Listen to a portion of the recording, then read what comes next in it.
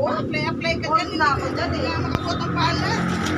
Kami na tatlo na nagano sa ano, sa sentro. Rally na ko din isip sila.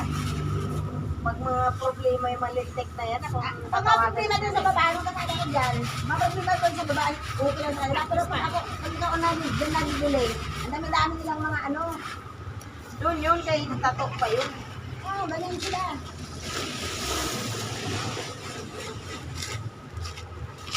Oh, sino sabi hindi ako marunong mag-pista? Ako. Ako nagsabi.